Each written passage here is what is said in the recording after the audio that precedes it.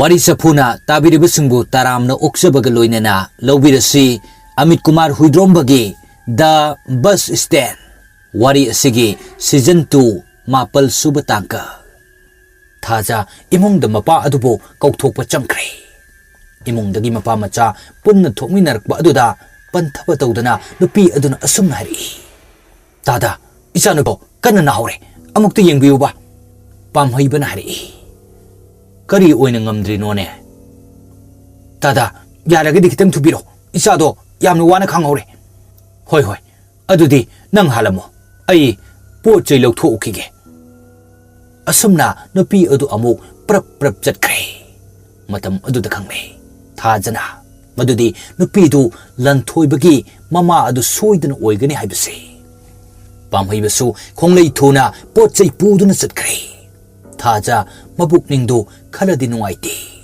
chumnagi anaba oiramladi fai madu natana layong khangdana anam aha chubu oiramlabadi haiduna mabukning du nungnang bopoglakle tawfam khangdraduna imung da changduna ngaihak phammi aduga phone adu lokthok safabada call tawsili safabana hello safaba nang dathoi boy da leibra leiriye kaidorage mabu masangam da badi khara phatribo phatriye ado ai ko na tawrage ko thaja wa makha tabaga nang haude call du thamkre hiena nungai tabadum pokle adubo karibudi tawruni nungai tabadi poi adubo madusu anabagi damakni adubo masa matum tadi hangchari aisi wakhal hong labra haina amuksu matum tanoksai masidi miyoiba amada tawfam tokpa thabakni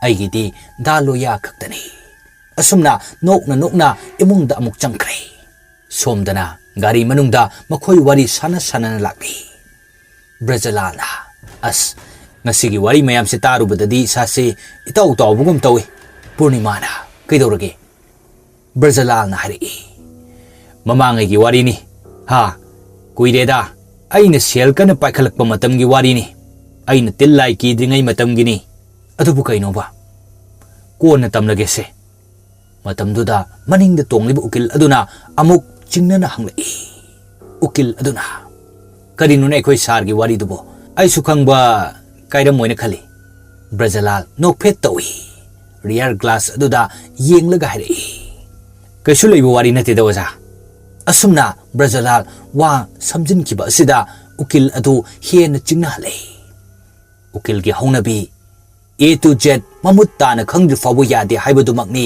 tawri base maduna maram orega mahakna handak pairiba case asi brajalal gi life history ga su mari soidana lainaramlani haibasi ukil asina chap chana khangnei maduna maram orega hena interesting oirani khanduna ukil adu wakhal munna khali ukil adun hari ado ngasai wari khar tamlakpadadi loya do akaiba kari somata tawbunate numitugi accident adunani haibam su hairi ado pumnumsugi horpam oigadoribra ising chawbana makhogi yum manakta karigidama yum hongdoglibano haibasigi horpam su thidokphadi chumgadra khale matam aduda brajalal hairap sauningle mahakpu case sida amuk cheneragadra haibasi khanjanai awabada sa tagadabu oirbadi case si ngallingaida to ora sira khalbasu maduna hena chingna khrani khali aduga amuksu mahaki phattaba wakal kaya thabak kaya adugi mari makhong adudi case sida laikhidraba ising chawba khaktana khangani mahakti sikhrabani thigatpham leiraro habisi brajalal gi wakal da lai maduna maram oiraga yamna thausadabhi moongda noklaga paukhum pirai brajalal oigani case gi matang sidi kumna thijanbada marik chumba hena fangani asumna makoi ahum nokladuna mayum maikei pangkre mayum da lehoriba syamsu wakal khanjanari afababu oigadoribra natraga karibu oigadoribano haibasi khanjanaduna leiri amabu oire masagi yaifanabagidmakni khanna penthokle pamhaiba khudai namaidu semlaga yum adu changlai thongal hek changlakpadagidi चिंगनबा अमदी खंगफाव फावरई महाकना अदुमना चंगलकपदु सोमददी वाना होनदुना इंगथदुना लेहल्लुरबा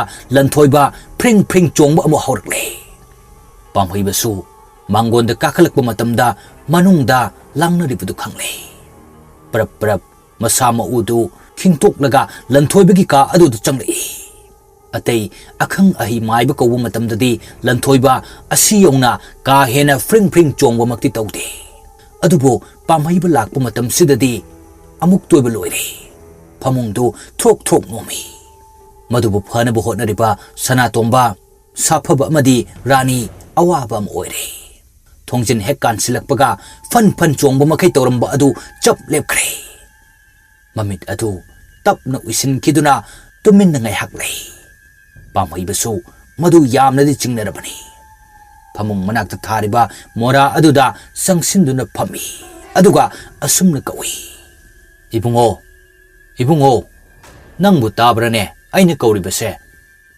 तारबदि खुमौदना हाइना हाइना पामहैबा महाकी pollen चाकलम अदु खाव अदुदगी पुथोरई लोइनना मखा ताना अमुकसु कौरई नंगबु अइखोइ रानीगी मचानुपा लंथोइबा हाइबदु नत्रने मतमदुदा लंथोइबा ममिति पांगथोक्तना मया अदु खरसु उना नोकफेट तौरई महाकी मखुत मखोंग पाइदुना लैरिबा अतैदसु यामना अंगकपा मोंगदा येंगली पामहैबना मसिदि लंथोइबा नत्र मालेदना लंथोइबा ओइरदि खुमक्कदबनेबा लंथोइबा मसागी खोंजेलमक ओइजरबसु अतोप्पा अमना इनसिंदुना हाइबा अमगुम हंदक्ति पाउखुम पिरकले खंगना खंगना इबु नंगना हंगलिबदु करिगिनो पामहैबना high खंगना खंगना हंगिसे हंगदा याददना हंगलिबनिने अमुक्ता हायुने नंगबु लंथोइबा नत्रबा लंथोइबना नते मतम अदुदा mama रानी अमदी दुपा मचा अनिसिसु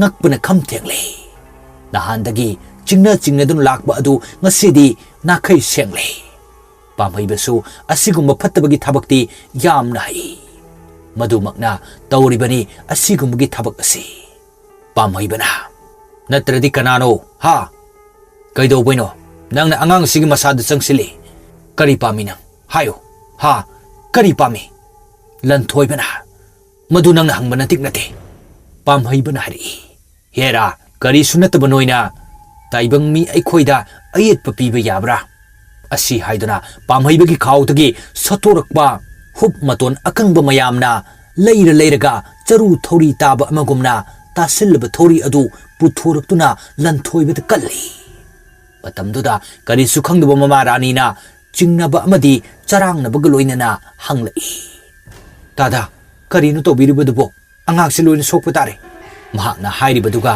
तादबा मखै पामहैबा अमुकसु कनसिली मतम अदुदा लंथोइबा कन्ना लौखलई ममा असिसु मचागी मतौ येंगबा ngamdraduna पामहैबदा ओनसिनदुना हरि करिनु तादा अंगाक्से सिबा तारे मे पामहैबना सिरोय अनाबा करिसु फावरोय हक्सांगसे फत्रबा थवाई अमना चंगे मदुदनि कल्लिबसे थवाइदु थोख्रबा मतुंगदा लोइना फाकिनी करिसु सोगलोय असुमना पामहैबना थौरी अदुना लेप्तना अहुमलक मरिरक कल्ली ममा इबेमा रानीदी येंगबा ngamdraduna ममाई लेथोक्तुना खांगली सनातोंबा अमदी साफबसु येंगबा ngamdre लंथोइबना वाना खांगबदु उबदा अदुबो अकोनबगी सैफम तरेत सुरकपददी लंथोइबा मरोल थोगलकले लंथोइबना यारे लेपो आई खांगबा ngamdre पामहैबना अदुदि हायो नंग कनानो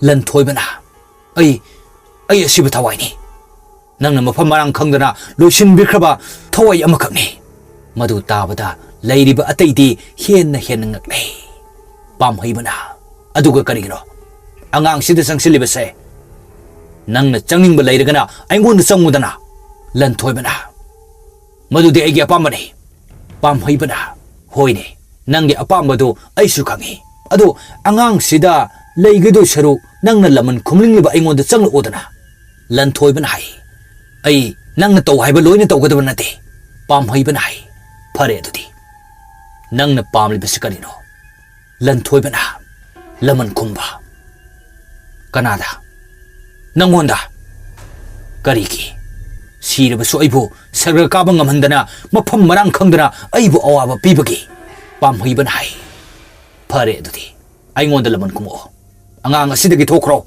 Asi Hibaloid Nida Lantoiba Gan Mangduna Pamung the Takri Mamai Mamit Moxilamba Dusupakri Mahaki Mong Mato Duda Paraboy Ningduna Rani di Harau Ban Loikri Sapaba Masung Sanatom Basu Harauri Pam Hibana Se Paradabani Karisu Kalurno Ay Polam Kara Hiramki Polam Sindo Yungi Sutek Marida Katu Aduga Adung Parani Taudo Matamdi Yadayai Hausik Toro Suyai Rani Nai Tada Buyam Nuajere Asumna Parakani Kaludrabani Sanatomba Chalo Upudagi Bashalok to Ayi Bektagi Aduga Tadagi the Kinakachi Pam Hibana The Kinagi di Yari I quite Kairo Lekai Gibu The Kina Muktawera Ranina Adutada I know I horror Yam Suyam the Su Kachaba Karadi Pubiko Pam Hibana Pare Nang Yadra Banina Putoro Yam Dana Piro Asumna Sanatomana Putoro Pupesa Adudagi Dakina Oina Lupa Chamapi Maduda Yamali Haiduna Yankai Ama Handoki Jalam Dai Asida Amukasu Pam Hiban Hari Se Ibungo Se Pazana Adum Potalo How do Lukino Masado Tinduk Pugi Waramkini Haugala Akanda Masama Udo Sing na Amukta Iruzabio Aduga Laisak Tadopado Mahaksu Yaholo Mahak na potari ngay ay na siyasi da iribu polam se nang layruso aduga section gadaba amana pataba lay na changlo bagi masase manindi khare laikini aduna kup na seno natradi hanagi phibam do pop amuktani ay chalay ko asumna pamhaiba chatkre safaba amadi sanatomba anina pamhaiba bu tindok lure Rani masano palan thoibana ningai dan tumliba aduda yeng tuna lay Rani na As humang marik nga tangay rin ito rin Untok pa da sa ito ni Karum dagi hajal iba nung sinukang di Ngayak tumzak siya waram lani Rani na asum na masa ado iriyan dyan hipalam laga Payjupto pazana supire Aduga pot chay lay na bachat ki haydo na Mapi marol hongduk bachat ki Mahak na hek ka adu dagi Kantok ki bada lantoy ba mamit adu Kang pang thori Mamit adudi musin mui Ngayak pangthok lamlaga amuba sing adu tap na mangkre Hanagimit adugumna onthork laba matungda amuk ningay dan tumthakre Pamhaibasu thonggal faw tindok lamlaba matungda mathanta mayum tam na halai Halakpagi lambi adudi masagi maithongdo maka lamdre Mahaki wakaldo mawon khali Mahakti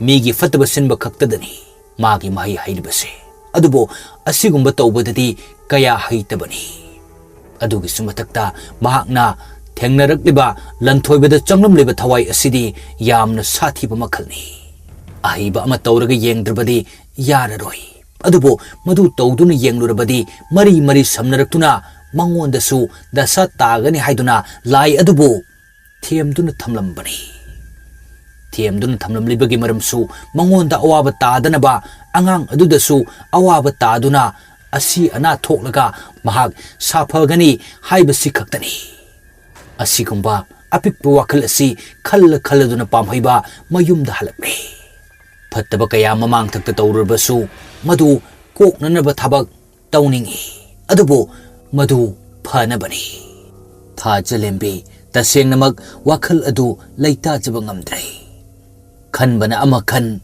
tawthorok bana ama tawbasida masa phawba gyan tajadre mahaki mawng mataw asida laisna nasu nungai kidabani adubo honglaroi khanna lengdana laikhraba thajagi thamoi honggadawribra hongloi dawribra tamba ngamdre pumnamak asi isorgi nongdam haituni adubo piklaba supikna miyoibagi minungsi amagi makhada lanthoibagi kakhal amadi mahaki thamoida Mafam kanduna laikre Asumna wakal khanjana ringay mahaki mapabong pamhaiba adu halakle Mapa adu ubada thaja mapa adu dahanglai Baba kanano hujikidubo Asom mamanglongki nane rani ni. Ado kanano mana yumda lakpiyo na kaurituna. Machano pado, karino tawe haibra, masano ay te haibra karino, adugi chalubani. Thaja wa maka hangba nangdringay mapado imong changkray. Thaja su jingnaragadi lehore. Lantoy bagi soidana oiramgani haina. Ngayhak manggolda matomta murum sonduna wakal khallaba matungda imongda changlaktuna amuk mapada hangge haina tawi. Adubo mapadudi mamaga wari kupna sanadun lerami. Masanubi changlakba aduda wari sanaramba adu chap lepkre. Maduda hena chingnaraduna thaja mapada onsenduna hanglai. Baba, kanano masangam debo? Lanthoiba na nupa macha ama laibaduni.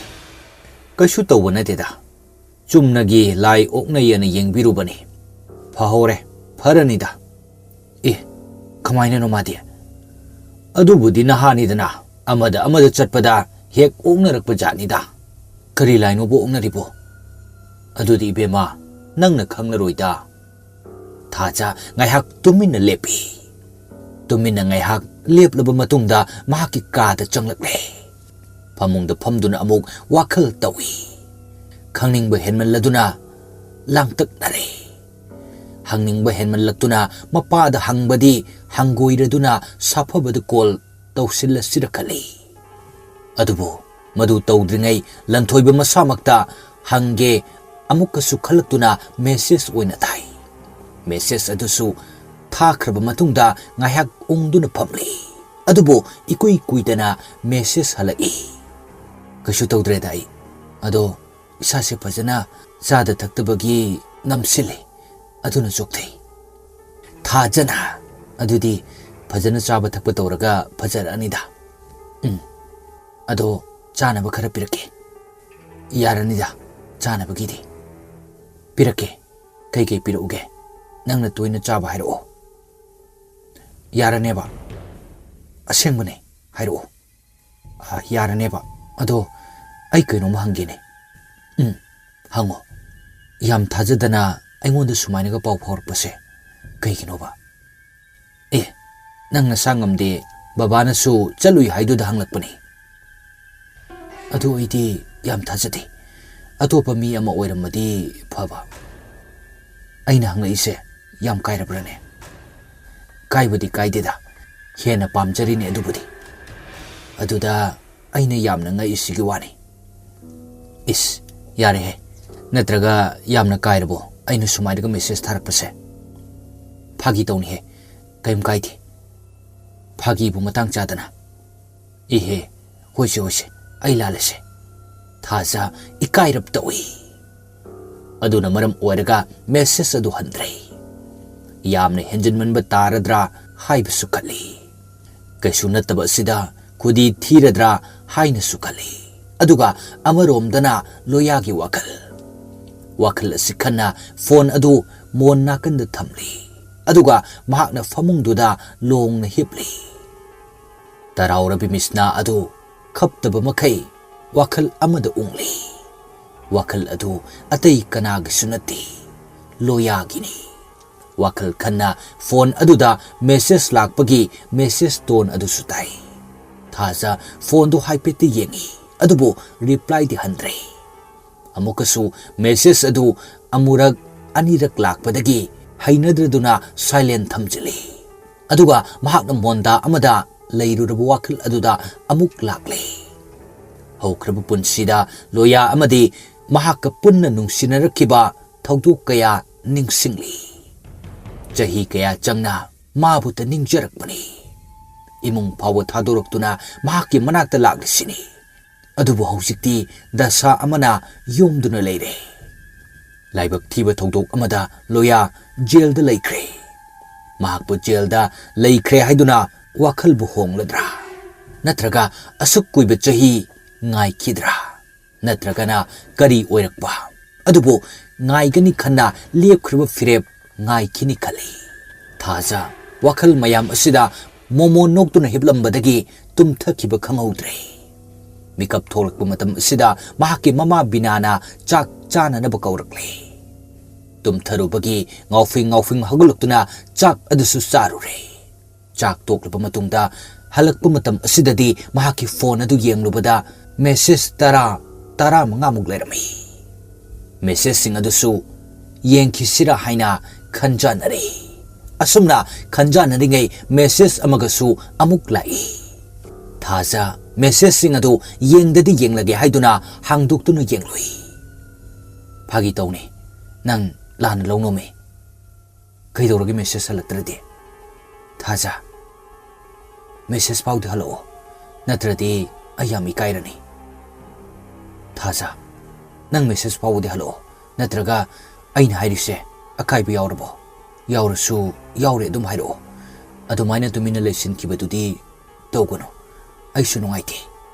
asumna lanthoibagi message mayam ama leirami adubu aroibagi message adumadi thaja nungaitaba phaure message adu asumna irakpani thaja hoi khangi ai sela laiba nangna loyagi damakta chap yungna leptuna leiraga aina muk nangonda asumna husin baibase aigi asoibani adu khangna nangonda ayetpa piru baibadu ore adubu ai isase nungai tabuna maram oraga awa fothapam thirakpada nangonda wakalse khara ingadra khana tharakpani adu yam kairadi ai amuk khana message thara roida asigumba message mayam sida thaja nungai taba asum helakne aduna maram oraga mahangna amu message sing adugi reply hali ta thoiba nang yamna lan lawre aido chak thonglubani adugi message han mangam hodabani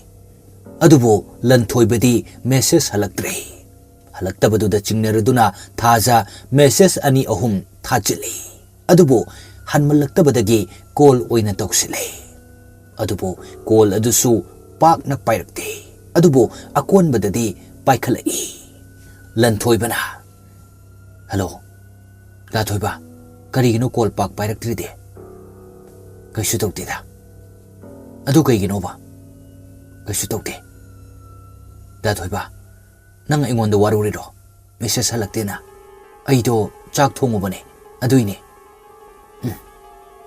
adu yarese kaim khalano aisu kaim khande adu kai leiro haino nangna chaning badu hairo yaranida leiraklano imas yumda dum leibanina laklanuda e karige matamduda lanthoiba karim khumlaktre khangladuna amuk thajana asumna hanglai adu kaiginoba call phajana pairaktridi sumi kairaba kaidobagi khangde ikairinidana ikaido boinadi ikaidana nangna ikairiba e nangdi kaige aiti nupini hiram khudingda ikaigan baibase masana tai adu khaki wasunati nang lana khalamanena aina mu call torukpada nangna paibiraktabado aidi ikairibani nupigidi ikaigale haiba wahaisida adum khudong chaba lawba male hoi adusu haiba yai